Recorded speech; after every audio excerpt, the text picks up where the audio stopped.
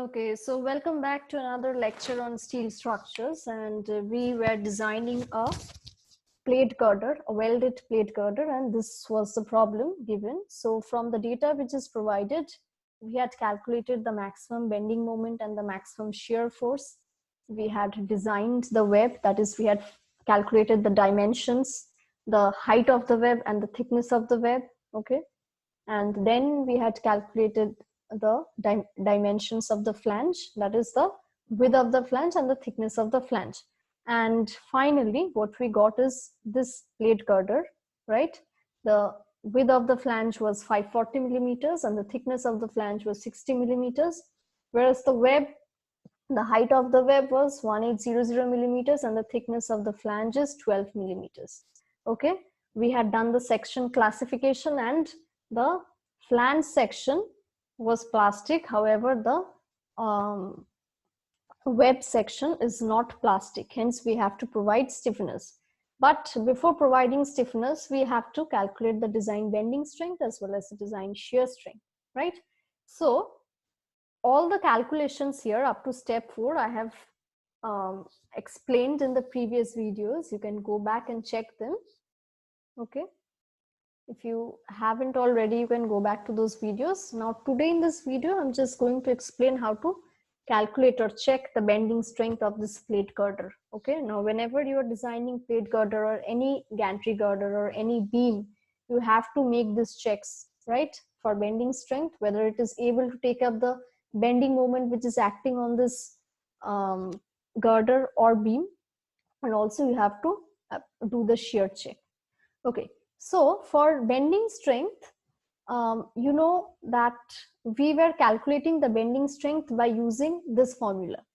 Okay, this is there in the code. You can just check the code, or you can go back to my previous videos where I have already given told you the code, the clause number and the page number in which this formula is. I'm not going back to the details. Okay, now beta b is nothing but a constant. Okay, zp is the plastic section modulus of your section, fy is the yield stress of the steel which we are using, gamma m0 is the safety factor. Now you have to calculate the bending strength, right? So this value is unknown, and you know fy, that is equal to 250 megapascal. You know gamma m0. What you have to calculate is zp, section modulus. So the formula which we are using to calculate the plastic section modulus is this. Okay, half of the entire area into the distance of centroid of half the area with respect to the neutral axis. Now let me just explain you. Suppose this is your plate girder. This is the section of your plate girder, and how to calculate y1 bar or y2 bar. You have the neutral axis just at the middle of this section because it is a symmetric section, and you divide the entire section into 2 parts. Okay, let me show you with some stripes.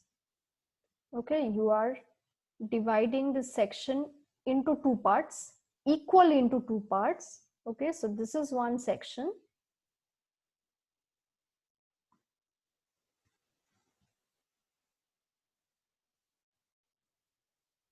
and this above, the above one, you have another section. Okay, so what you do, you calculate the position of CG, or you calculate the position of centroid of this half portion with respect to this neutral axis, and that is your y1 bar. And similarly for the second portion, or the portion which is above, you calculate the distance of centroid for this half the portion with respect to the neutral axis, and that is going to be your y2 bar.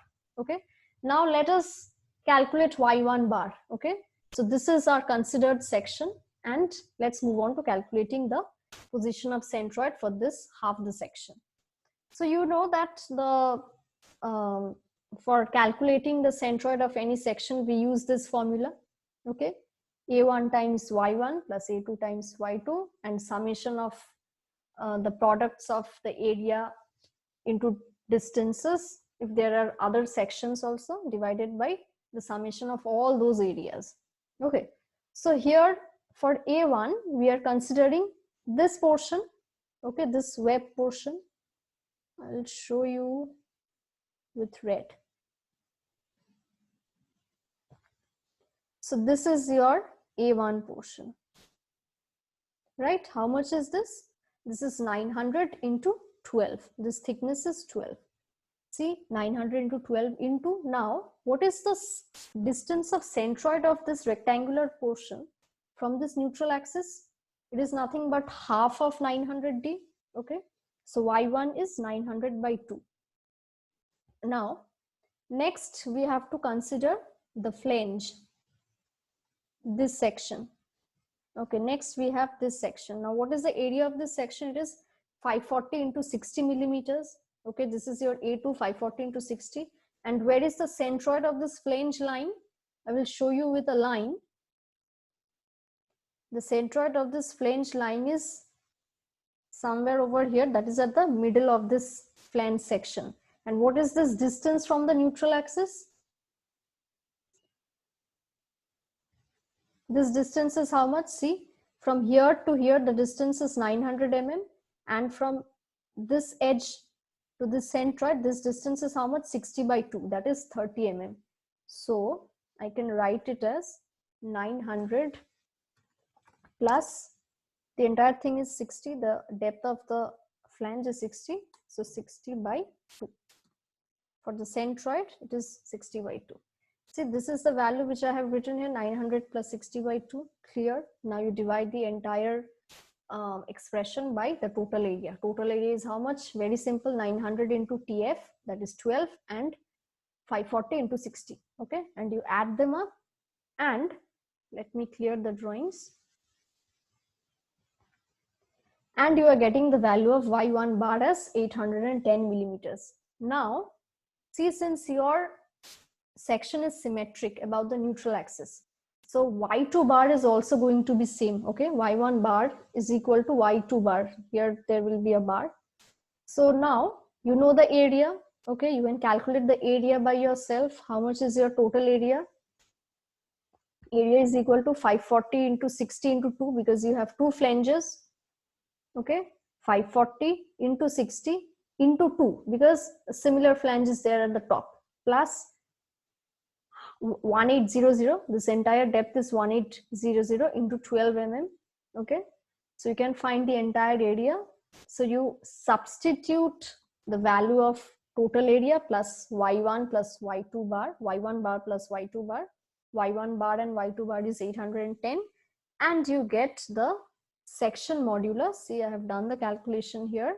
The section modulus, you are getting it as 69984 into 10 to the power 3 millimeter cube. Simple, quite simple, right?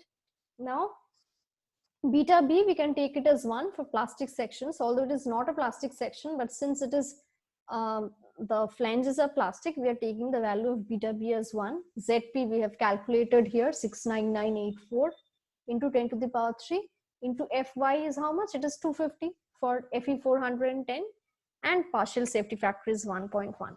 So you are calculating the value of design bending strength as 15905.45 kilonewton meter. Okay, now you have to compare this. This is your bending strength. This is the strength of your plate girder which you have just designed. Okay, this is the strength by which it can resist all the moments which are acting on it. Now, what is the bending moment which is being acted upon this plate girder externally? We had calculated the value, it was this 11448. This is the bending moment that is acting on this plate girder due to external sources or due to the loads applied. So if you compare these two values, you can see that the bending strength value is greater than this value.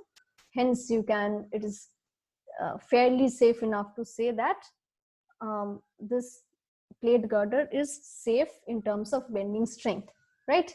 Now in the next videos, we will see how to check this plate girder for its shear strength and how to provide stiffeners and what are the design specifications for providing stiffeners in IS 800-2007. Till then, take care and goodbye.